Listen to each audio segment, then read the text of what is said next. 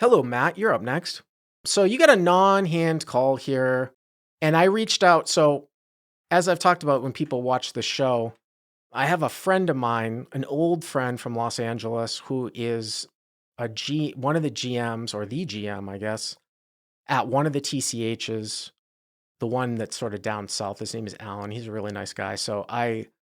If I get non-hand calls in rules types of situations, now I've been texting him to ask what his opinion is. And he actually falls right in line with what I'm going to say. So tell us the story here. Where are you playing out of? I'm playing at South Point, Las Vegas, Okay. playing the 1-2 game. Okay. So South Point, this is kind of a crusty game. Do you know what I'm talking about? What I mean by Dude, you have no idea. that? we have a subscriber that goes by ZZV. What's the name of the exit? The last exit off of Oh, Zizix. Yeah, Zizix. Yeah, he plays at South Point, so he's probably a regular in this game. This is the 1-2 game? Yeah. Okay. And how deep are you? I know we'll just talk about it real quick. 280 effective. All right, 280 effective. Okay, at South Point. Okay. Tell us what happens here. All right. So I'm on the button. I've got ace queen of diamonds. I have 3 limpers. The normal open in this game is like 10. So, usually if it limps to me, I'll make it bigger. Mm-hmm. So in this case, I raise to 18 on the button. Okay. Folds to big blind, small blind folds, big blind, pushes a single stack out. Stack of what? Stack of reds. Look to be like 80 to 100. So reds are $5, right? Yeah, reds are $5 So chips. big blind puts out, obviously a raise, right? Puts out a stack of red. Okay.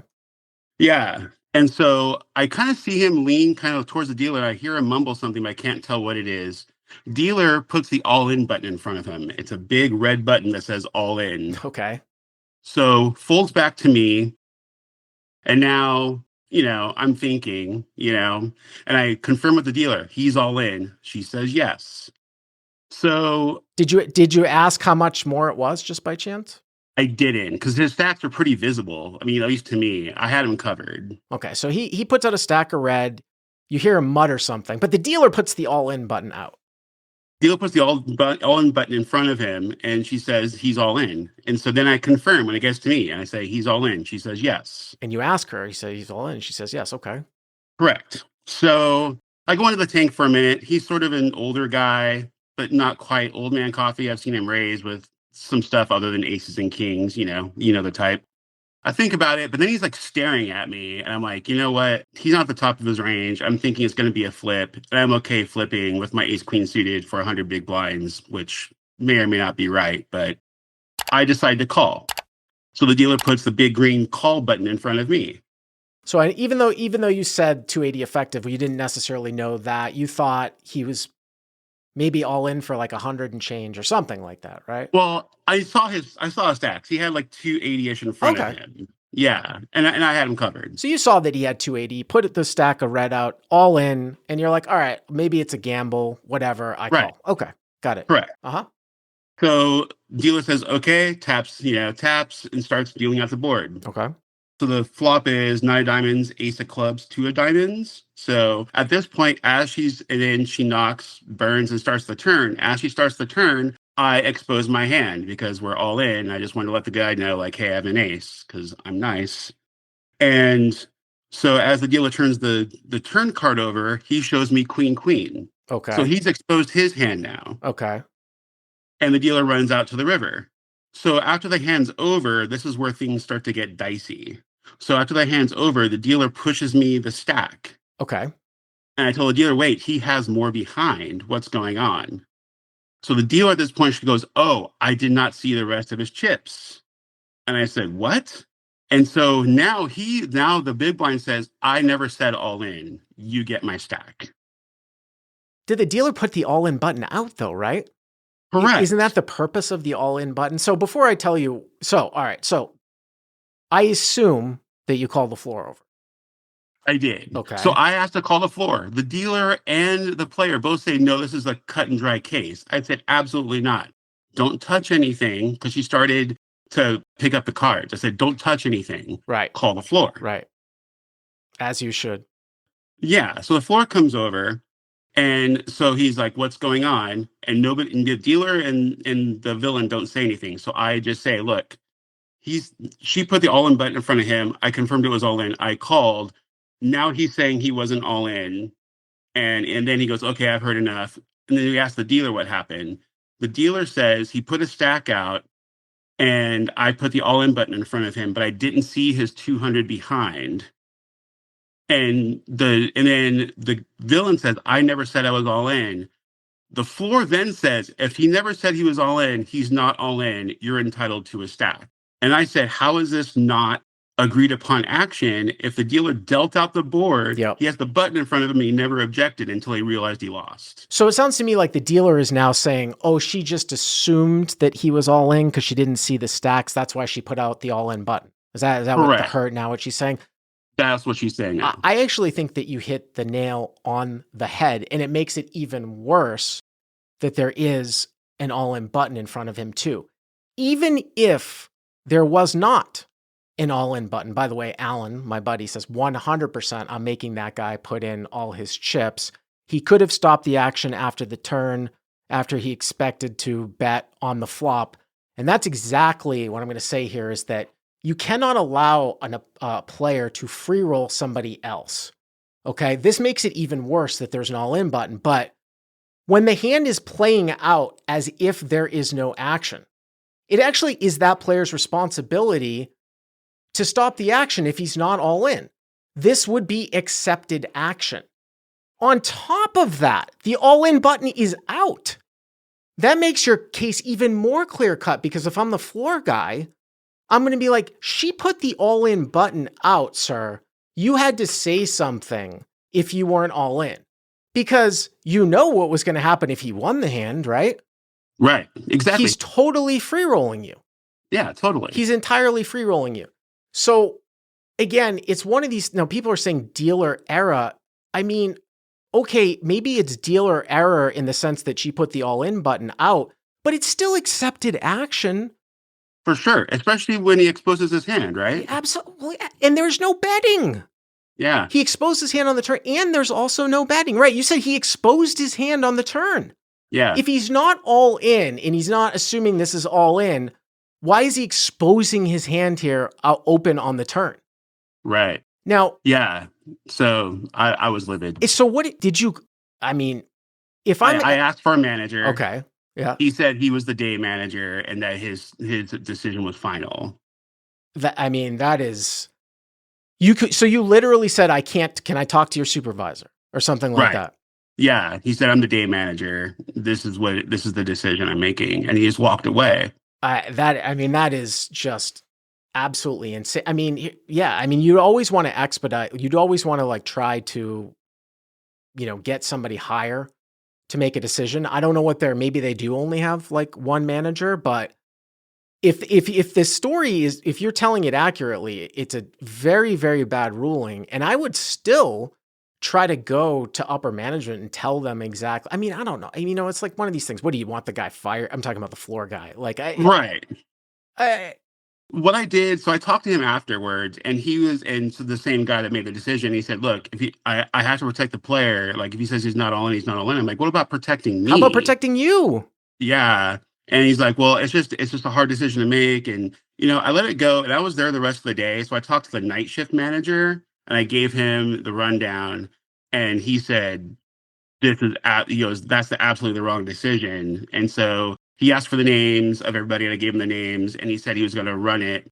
And so he came back to me like an hour later and said he looked at the footage and he was going to have a coaching session with the floor and talk to the floor and the manager and the dealer that was involved. And I'm like, well, that's great, but it still doesn't make me feel good coming here. Here's the couple of things about this too. If the casino's in Vegas or anything like they are in California and this theme, the casino is never going to pay you like based upon some sort of mistake that happened. What the casino though could do, they could make that guy pay you.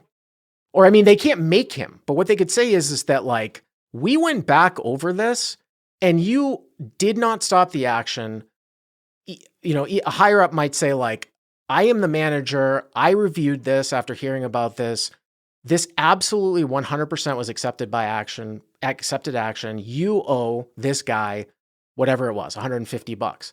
If the Right. guy doesn't pay it, then he's barred and he's never allowed back. I've talked about that. That happened to me. Usually people are degenerate gamblers. They usually will pay. They could do that. The other thing too is that you have to, again, I've seen this situation. One of the biggest things way back in the day on Live at the Bike, this must have been in like 2005, 2006. You could even make a case this was even worse. If anybody remembers Corporation Mike, he got it in with a guy on the flop. Okay. They were all in. There were no all in buttons at the time. They talked about running it more than once. A discussion went on about running it more than once, right? So that means that they're all in. They decided to not run it more than once. So they ran the turn in the river with no betting. Mike won the hand, and the guy wouldn't pay Mike his entire amount of money that was in front of him, only like a single stack because that's what was in the pot. I mean, these people, some of these guys, and that guy was a wealthy guy. Some wealthy guys are pure scum in the sense that there are some, I mean, there's some nice guys. I guess it comes in all different levels of where you are economically. But I just know there are some wealthy guys that will just try to fuck you just to fuck you. This was one of those guys. I've also seen other situations where you got to be careful. If you don't know the rule in a casino about them running it more than once, if it's not allowed, you should never, ever run it more than once if it's like not allowed. Because I've seen people go back on it. I've seen people, say, oh, it's not allowed. You know what I mean? It's not allowed. So, and then there was a guy, I don't want to get too political, but if anybody watches TCH, Big Daddy Chaz, I don't know if he's on the live streams anymore, but he's from San Antonio. He was telling me about, he bet a guy on the 2020. This is have nothing to do with poker, but he bet a guy on the 2020 election. I think the guy's name was Ken, this miserable, grumpy guy. The bet was whoever had the electoral college certified, like whoever won the majority of the electoral votes when it was certified, right? Won the bet. That's how they worded the bet. And the guy didn't pay Chaz because he doesn't pay rigged elections. So, Wow. it's just like there's scum everywhere, but it is what it is, man. I'm glad that you at least stood up for yourself, but that's obviously a terrible ruling. Yeah. So now because I live down the street from there, right? So I'm there all the time. I've been kind of going to other rooms now because I'm not really like super comfy there, but now I've become like, sort of a misreg, I guess, in the fact that every time anybody's all in now, they put the button in front, I'm like, I want to see chips. Well, I mean, that's the other thing too. Again, you can't force anybody to put chips in the pot either. I mean, I've talked about that many times on the show that it's a civil. I don't know if it's different in Nevada. I just know in California it's a civil matter. Meaning I could say all in, you could say call, and I lose and I just walk away. And there is no recourse for you. The casino won't make the guy pay. I mean, they'll bar him. Right. And then there's a precedent in California where they don't handle gambling disputes in civil court. We saw that through the Apostle case too. So it's just weird when you're playing against somebody that you don't know. Are you going to always force somebody who says all in and call to like put their chips in the middle of the pot? Yeah, I don't know at this point. It's just after that, like playing in a room where you don't feel protected is a weird thing. Like even playing low stakes, right? Yeah. So I've been kind of like hitting some other rooms and seeing how things are going. Yeah, I went there last night actually, because my fiance is playing the Lips tour thing, and everything went fine. But a couple of dealers said, "Hey, we haven't seen you around in a while." I kind of gave them the situation, and they went, "Oh, yeah, that's bad." I'm like, I know it's bad, but there's nothing I can do about it. So I just don't know. Like, do I just not play when that floor person's here now? Like, so I can get a good decision? And then just to wrap it up in a bow, some people might be like, why doesn't the casino just pay you like as for good customer service? And that's what I always thought too. The reason why, well, it's not just that they don't need to, they're actually trying to protect themselves against getting angled themselves. This is why they don't ever make good. Like somebody can just steal your chips, right? They're not going to make good on it. If you go to the bathroom and someone takes their chips, they're not going to give you your chips back. And that's because like you could work somebody, you could be working with somebody if they start doing that, right? So Yeah, I always put if I have big chips, I always put them in front of my stack or under a stack if I go to the bathroom. Or take them with you too. I mean, I've never even. Why can't you put them in your pocket and bring them back? But, anyways, I appreciate the call, Matt. Thanks a lot. I appreciate it.